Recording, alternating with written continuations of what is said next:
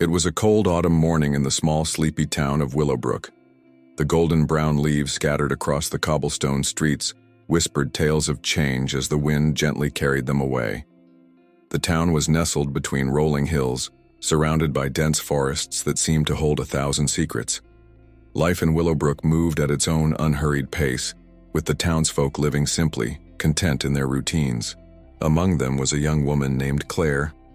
At 28, Claire had always been known for her quiet demeanor and kind heart. She worked as a librarian at the town's only library, a charming old building with creaky wooden floors and the faint aroma of aged books. Claire loved her job, but deep down she felt a sense of emptiness, a longing for something greater, though she couldn't quite put her finger on what it was. Claire's life took a sharp turn when she met Sam, a 12-year-old boy who often wandered into the library after school.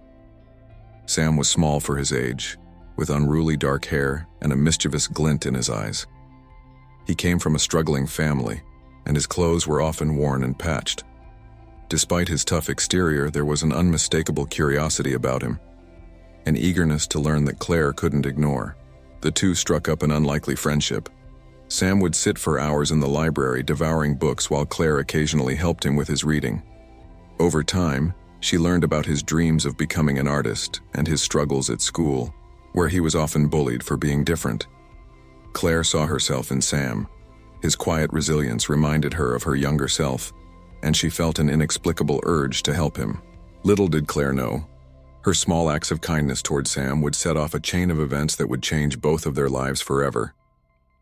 Over the weeks, Claire and Sam's bond grew stronger. Sam began to open up about his life at home, a small, cramped apartment shared with his mother and two younger siblings. His mother worked long hours at a diner to make ends meet, leaving little time to support Sam with his schoolwork or encourage his artistic aspirations.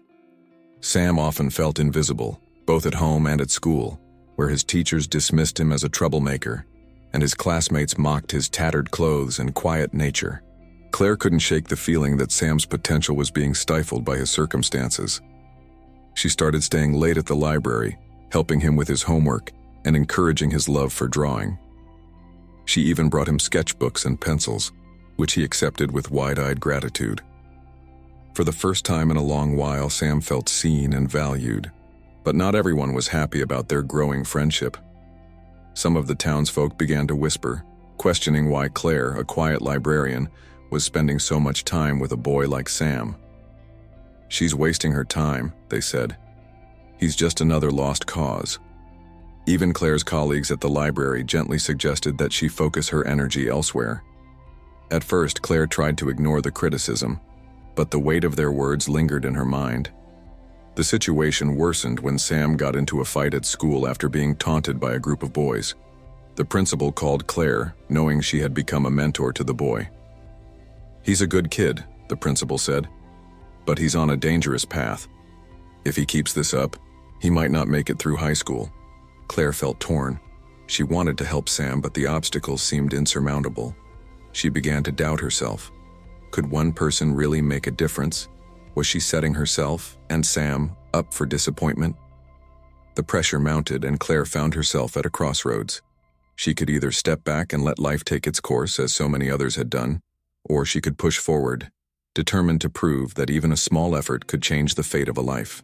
Meanwhile, Sam faced his own internal battle. He was beginning to trust Claire, but years of being let down had taught him to keep his guard up. Deep down, he feared that Claire, like everyone else, would eventually give up on him. The stage was set for a turning point, one that would test both Claire's resolve and Sam's ability to believe in himself.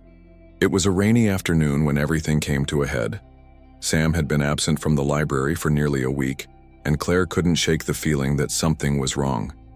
She had heard rumors that Sam had been skipping school and spending time with a group of older boys known for causing trouble around town.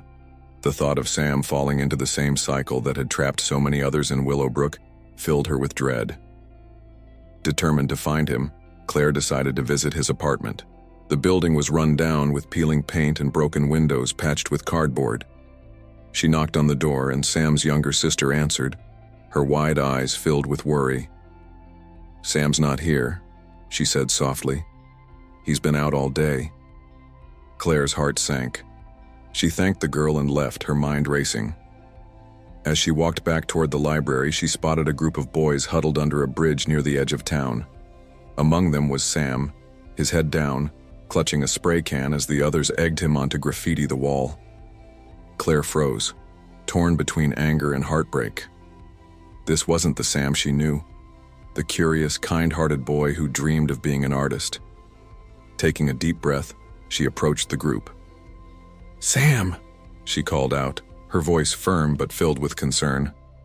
The other boys laughed and jeered, but Sam turned to her, his face a mix of shame and defiance. "What are you doing here?" he muttered, avoiding her gaze. "I could ask you the same thing," Claire replied, her voice steady. "This isn't you, Sam. You're better than this."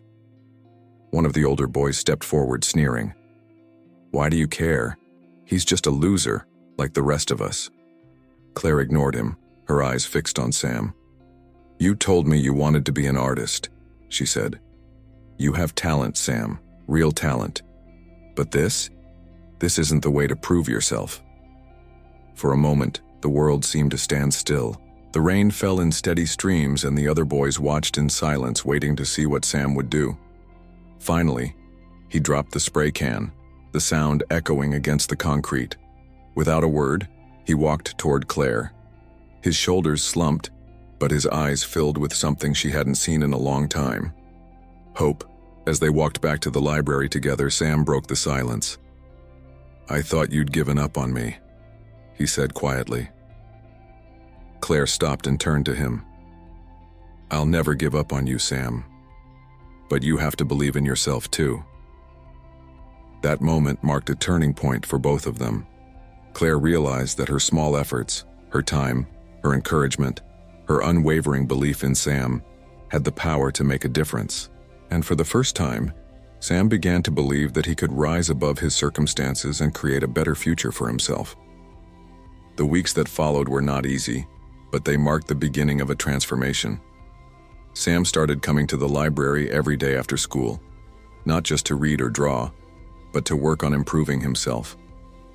Claire helped him set small goals, finishing his homework, practicing his art, and even standing up for himself at school.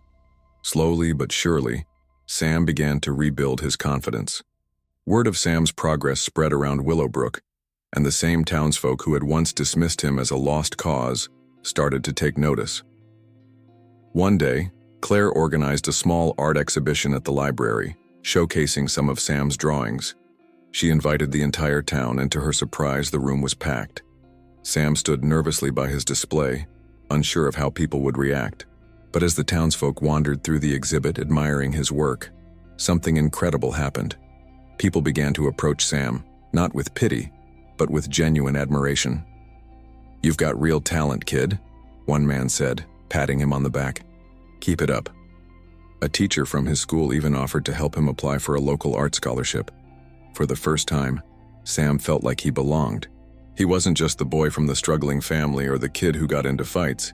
He was an artist, someone with potential and a future worth fighting for. As for Claire, she felt a deep sense of fulfillment. Helping Sam had reignited her own sense of purpose. She realized that even the smallest efforts, an encouraging word, a helping hand, could create ripples that changed lives. And in helping Sam, she had also helped herself, finding meaning and connection in a world that had once seemed so empty. Years later, Sam's drawings would grace the walls of galleries far beyond Willowbrook. He would often tell the story of the librarian who believed in him when no one else did, crediting her small acts of kindness for changing the course of his life. And Claire, now retired from the library, would smile whenever she saw his name in the papers, knowing that her small effort had made all the difference.